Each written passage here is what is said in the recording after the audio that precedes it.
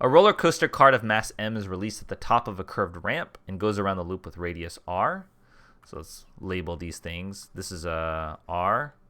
This is m. What is the minimum height that the cart should be released so that the cart makes it through the loop without losing contact with the track? So let's say this is h equals 0 here, and I want to know what this height is. Okay. So we want to release this thing, and it wants to go around, and it can't lose contact with the track. Just like in the last question, when I don't lose, or just in general, when you don't lose contact, it means the normal force is 0. So you want to think about a free body diagram at the top of the loop.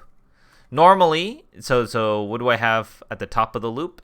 Is I have force of gravity, mg, and I have no contact force. Normally, I'd have a normal force, but this is 0 if you're just about to lose contact with it. Okay, so that's the net force. So then we have the net force equals ma, right? That means mg has to equal ma. What kind of acceleration? And we're going in a circle. It's centripetal. The m's cancel, and so v squared has to be gr. Now, why is this useful? Is because when I release it from the top, in terms of energy, I'm going to lose gravitational potential and gain kinetic energy, right? And so I have to understand how much, and if there's no, let's assume there's no friction. I should have stated in here, and I'll put it in the correction, that there's no friction. We're not losing any energy during this path, okay? So there's no energy lost during this motion. So we have to say here, well, we're going to start here. And the cart was released. Released means that you let it go. That means it started with an initial velocity of 0. That means it only has gravitational potential energy up here, if you include the Earth. And then here, you have some kinetic energy, right? Because you have some speed. It has to be moving speed. And you must have some potential energy down here. So from an energy point of view, we would say the potential energy on the left side, on the first part, is mgh.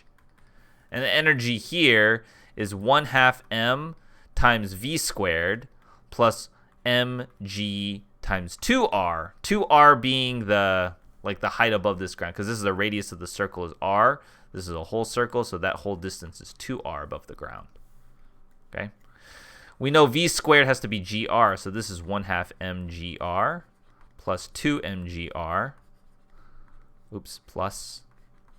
I have 1/2 mgr. I have a 2 mgrs, so that makes me 2.5 mgrs, or 5/2 mgr equals mgh.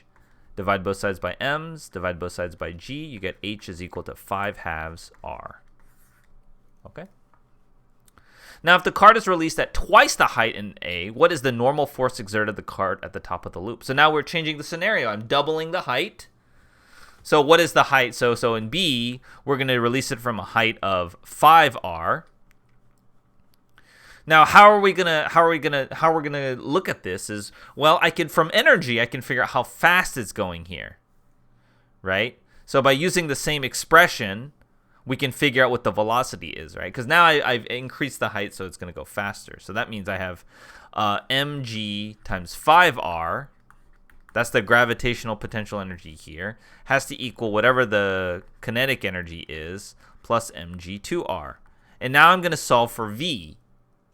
Divide all sides by m. That's fine. This is 5gr.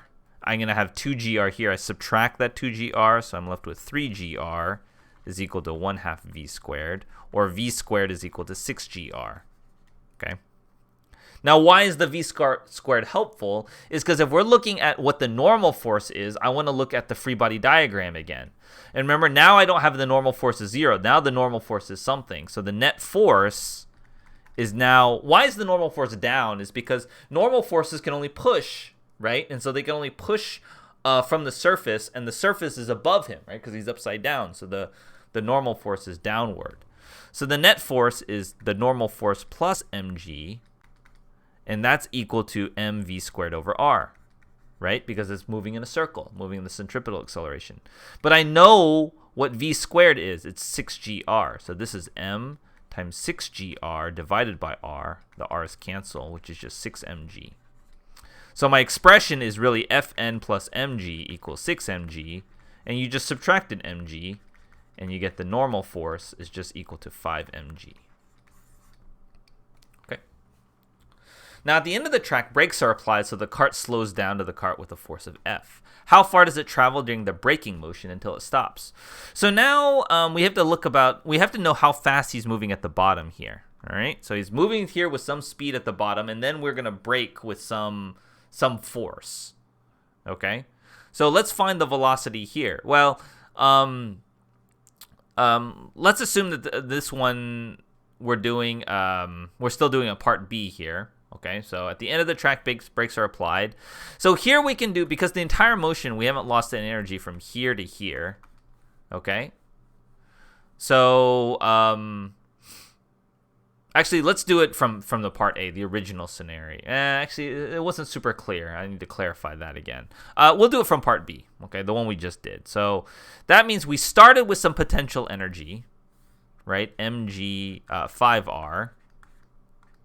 And it's all now getting converted to kinetic energy because I'm now at the very, very bottom. So all the kinetic energy is 1/2 mv squared. The m's cancel. Multiply by 2, you get 10gr is equal to v squared. Okay, now how is that helpful?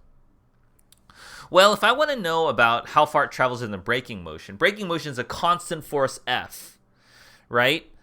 Actually, I should have done it. I shouldn't have even done it this way. I should say, like, all that energy, by the time we get to the bottom here, the energy is 0. Why is it 0? Because there's no kinetic energy and it has no height above the ground. So we have to do how do we get that change in energy? Work does a change in energy. The change in energy is 0, is the final energy minus the initial energy. The final energy is 0. The initial energy was 5 mgr. Okay. Now, how do we calculate the work part? The work is the force times the displacement, but it's negative because you're braking. The force, on this point, the force is going to the left. Oops. So at that point at the bottom there, the force is going to the left, but the cart is still moving to the right, right? How far it traveled, or the distance. You can use d instead of delta x. It doesn't really matter. Okay, so I have negative FD is equal to negative 5 mgr. Negatives cancel, and then I can solve for D. It's 5 mgr divided by F. Okay, that is the work done by that force, that external force, braking force, in order to stop the car.